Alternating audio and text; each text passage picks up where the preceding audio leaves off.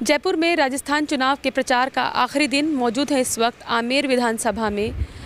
जी हाँ, अगर बात करें तो सभी पार्टियों ने अपना जो शोर है वो यहाँ पर लगा दिया है और इस वक्त आज चुनाव प्रचार के आखिरी दिन में हम मौजूद हैं इस वक्त आमेर विधानसभा में, जहाँ से अगर हम बात करें तो बहुत ही दमदार प्रत्याशी के रूप में भाजपा के आमेर से सतीश पूनिया जी हमारे साथ हैं। उप नेता प्रतिपक्ष रहे हैं और भाजपा के पूर्व प्रदेश अध्यक्ष हैं। उनसे जानेंगे कि किस वक्त आज चुनाव प्रचार के आखिरी दिन कैसी चुनावी रणनीति है और कैसा जनसमर्थन लोगों को मिल रहा है, क्योंकि पूर्व में वो यहाँ से विधायक रहे हैं। सर, बहुत बहुत स्वागत है आपका हमारे चैनल पर। सतीश जी, अगर बात करें आपकी आमेर विधानसभा सीट की, क्या क्या कार्य वहाँ पर हुए हैं और क्या आमेर की जनता की सबसे ज़्यादा मूलभूत ज़रूरत है इस वक्त?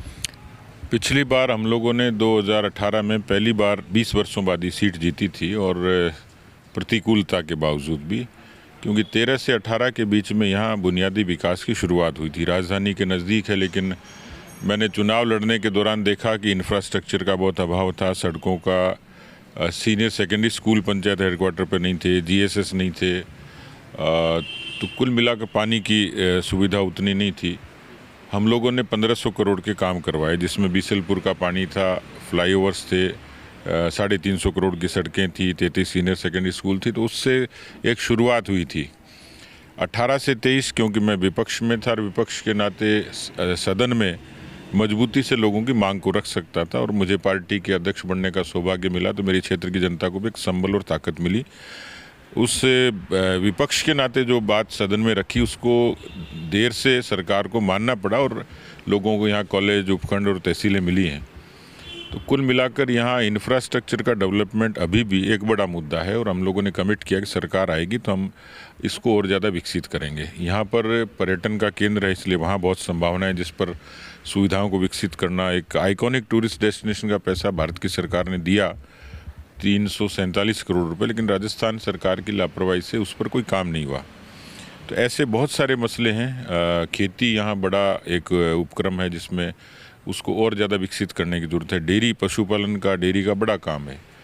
तो यहाँ संभावनाएं अच्छी हैं, तो आर्थिक रूप से भी आमेर विकसित हो इसकी भी कोशिश रहेगी, बुनियादी विकास से हो इसकी कोशिश रहेगी। लेकिन ये करने के बाद भी, जैसे कोरोना में एक अच्छा काम यहाँ हुआ, हम लोगों ने केंद्र के निर्देश से जैसे राजस्थान में जो अभियान चला है उसका असर यहाँ भी हुआ, उससे लोगों का भरोसा बढ़ा है।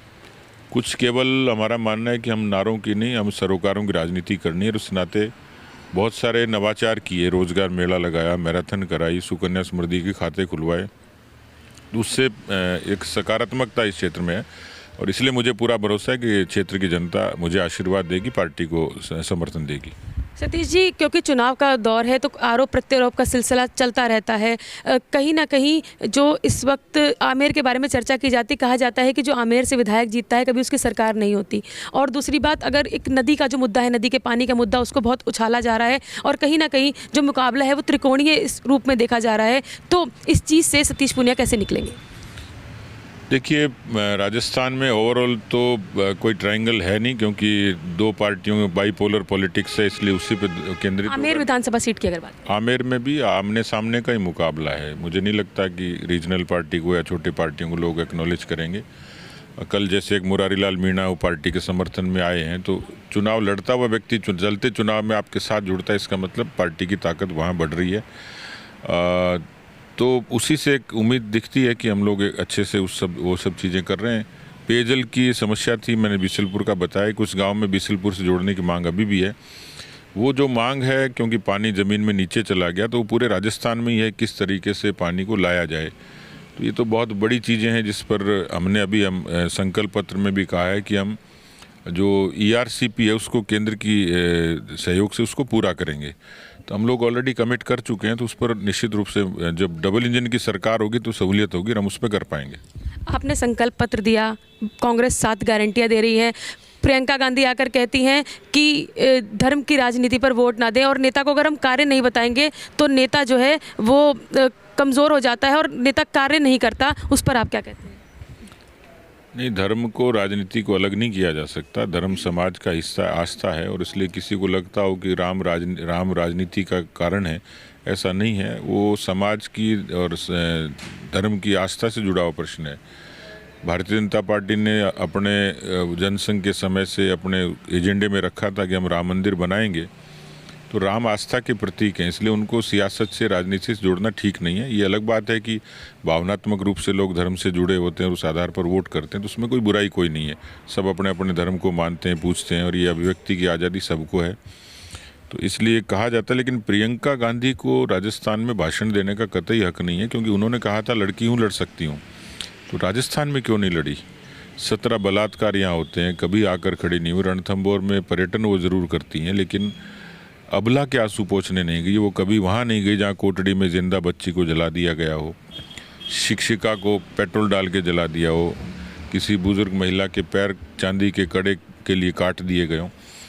तो सबसे बड़ा सवाल ये है कि गारंटी के साथ क्या उन्होंने जीवन की गारंटी दी, क्या उन्होंने रोजगार की गारंटी दी, क्या उन्होंने भ्रष्टाचार को खात्मे की गारंटी दी, क्या किसानों को कर्जे माफ़ी की गारंटी दी? तो ये गारंटी तो तब पूरी होती कि जब उन्होंने घोषणा की वो पूरी करते, इसलिए उनकी गारंटियों पे राजस्थान की जनता को यकीन नहीं है। सतीश जी, भाजपा के लिए कहा जा रहा है कि बिना कप्तान के मैच खेला जा रहा है। आप, क्योंकि आपने स्टूडेंट पॉलिटिक्स से लेकर आपने राजस्थान की राजनीति को बहुत करीब से देखा है, भारतीय जनता पार्टी में आपके चेहरे को मुख्यमंत्री के रूप में देखा जा रहा है, क्या कुछ कहना चाहें? नहीं, मैं कोई चेहरा नहीं हूँ, मैं तो पार्टी का सामान्य कार्यकर्ता हूँ, और पार्टी ने मुझे अध्यक्ष बनाया, इससे बड़ा मेरा सम्मान नहीं हो सकता। बाकी तो भविष्य के काल्पनिक प्रश्न आगे क्या होगा, लेकिन पार्टी जिस भूमिका में जो जिम्मेवारी देगी उसको ईमानदारी से करूंगा। लेकिन मेरी न तो महत्वाकांक्षा है, न मेरा कोई क्लेम है, न कोई होड़ है, न कोई दौड़ है। पहली कोशिश ये है कि हम सब लोग कलेक्टिवली लड़ रहे हैं, हम लोग सरकार लेकर आएँ, इसके लिए प्रयासरत हैं, और सरकार आ जाए तो संसदीय दल बोर्ड जिसको तय करेगा उसके पीछे हम लोग चलेंगे। वसुंधरा राजे के साथ आपकी नोकझोंक जो है वो दिल्ली तक पहुंची है, उसको लेकर क्या कहना चाहेंगे? नहीं, मेरे उनसे संबंध पहले भी अच्छे थे, आज भी और आगे भी रहेंगे। सतीश जी, आमेर की जनता से क्या अपील करेंगे, क्योंकि आज चुनाव प्रचार का आखिरी दिन है, और क्या कुछ सोचकर जो है आमेर की जनता मतदान करने जाए? 3 पक्षों पर वोट करे। पहला पक्ष है केंद्र सरकार, मोदी का नाम और काम, और सनातन, कि जिन लोगों से ये जो वोट है ये विचार का वोट है। दूसरा है राजस्थान की जो मौजूदा कांग्रेस पार्टी की सरकार है, वो जो मुद्दे मसले हैं किसानों के, नौजवानों के, महिलाओं के, दलितों, वंचितों के, उस मुद्दे पर जनता को प्रतिकार करना चाहिए। मसलन क्या पेपर लीक से आमेर के नौजवान मतदाता को कोई सरोकार नहीं है, उसको पेपर लीक की सज़ा कांग्रेस पार्टी को निश्चित रूप से देनी चाहिए आमेर के मतदाताओं को। अंतिम बात यह है कि वोट जो है वो व्यक्तित्व पर भी होता है, कि उसको ये कंपैरिजन करना होता है कि आपके क्षेत्र का भला कौन कर सकता है, आपके बारे में दूरदृष्टि से काम किसने किया और आगे संभावनाएं क्या हैं। तो तीनों पक्ष हैं, देश के लिए, प्रदेश के लिए, और व्यक्तिगत तौर पर अपना नेता चुनने के लिए।